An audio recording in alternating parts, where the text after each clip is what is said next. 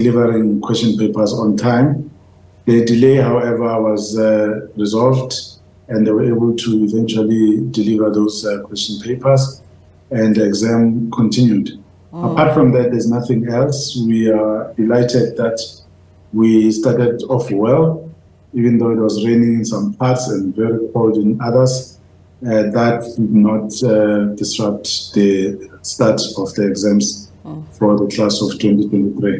And I was coming to exactly that, Elijah. Of course, so we saw very cold weather conditions. There was rain and there was snow even in some parts of the country. Did that impact at all at what time some of those matric pupils sat and wrote their exams?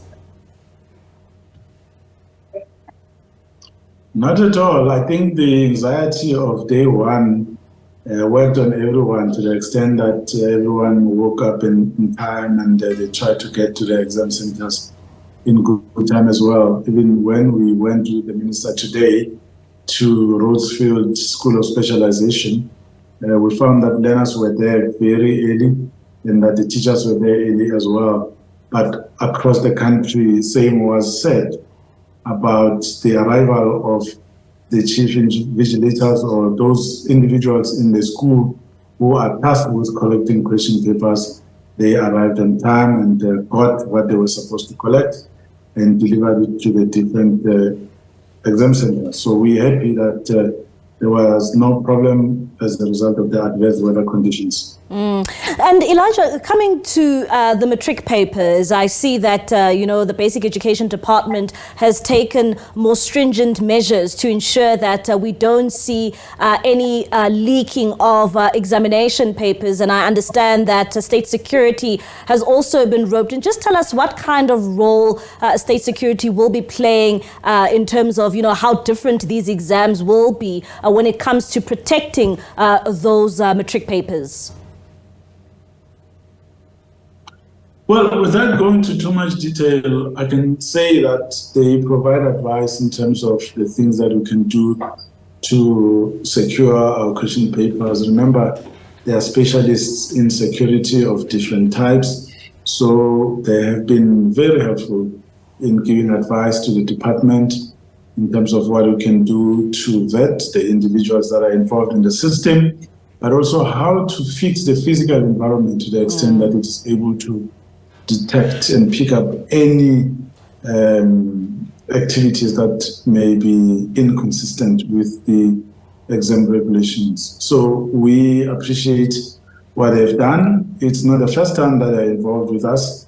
You will recall that we had an issue in 2020 with the leaking of a question paper.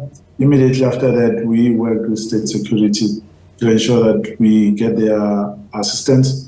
And it worked, because in 2021 and 2022, we did not encounter the challenges that we faced in 2020.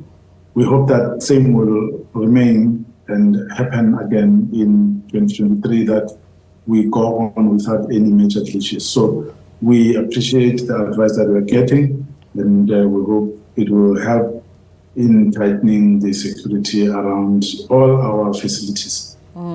When it comes to protecting the integrity of the matric exams, how important is that to the Basic Education Department to ensure that we don't see any leaks and to ensure that that certificate that pupils will get holds a lot of weight?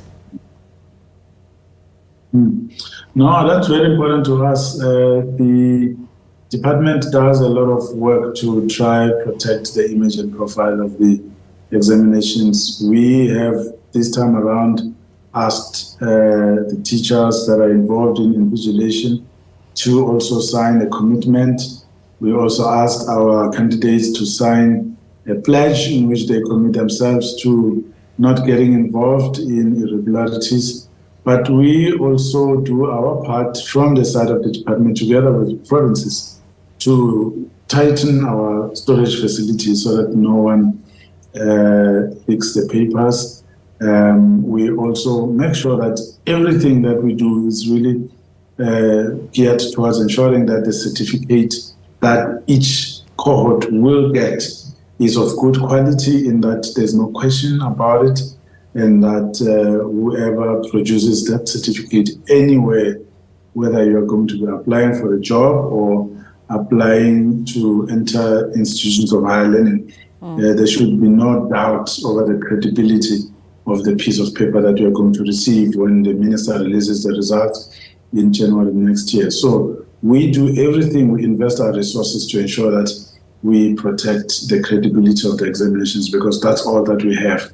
Apart from that, then the whole exercise will be worthless. So we make sure that we do everything, because it holds a lot of weight. And we were saying that, in fact, the minister was saying this morning that even if you have a doctorate or a master's degree or whatever qualifications that you might have, when you apply anywhere, the first thing they ask for is a matric certificate, which means it is the most important document that you should be allowed to work for without any irregularities interfering with that process. And going back, to weather patterns we are facing in the country, and, we've also seen in the past couple of months, we've seen flooding in some parts of the country. What kind of measures have been put in place in case we experience such bizarre weather patterns again, and, some schools face damages done to weather? What kind of, plans are there for those matrics who might be affected should, a school be flooded and, they can't actually get into that school? Yeah, the department has a lot of partners and it has a lot of friends as well, because we know we need that for our survivors. So in terms of electricity, we have ESCOM. In terms of security, we have the police, but we also have state security. And in terms of disasters such as the one that you're talking about, we have the SANDF. It has happened before that we ask them to transport question papers or collect scripts from one place which is inaccessible. They either use their helicopters or they use those huge vehicles that they have to try move across learners. You will recall also that there was an incident in KZN where learners were trapped on the one side, and so that's when they come in to assist us, because we don't have the expertise, we don't have the experience, nor do we have the resources to do that. So we depend on other organs of state to assist us. We depend on other partners who have the skills and the necessary resources to resolve whatever challenges that we might have. So we depend on all these partnerships to get through the exams, even when we face difficult circumstances that we are not able to handle on our own. And last week, Elijah, when we spoke to you, we asked for your predictions in terms of your expectations of the kind of pass rate you would like, and you said that you don't want to touch on that. But I must say that a lot of the provinces are saying that they want to see some sort of an increase, and they've put a percentage to that. So I put it to you as the basic education department. What sort of percentage do you want to see? The same answer that I gave you last week is the same answer that I'll give you today.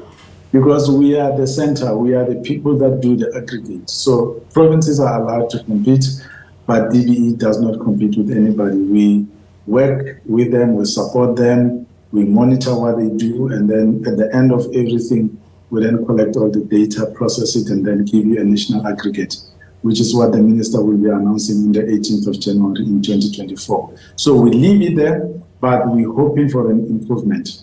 We think it's going to happen because this year was relatively stable. There were no disruptions to teaching and learning, and that learners had enough time to cover the curriculum and had time to go to camps and also do revision. So we believe that everything is going for them and that there should be another significant increase from the 80.1% that was announced by the minister earlier this year. All right, then, Elijah, thank you so much for your time here on SABC News. That is Elijah Mhlanga, is the spokesperson for the Basic Education Department.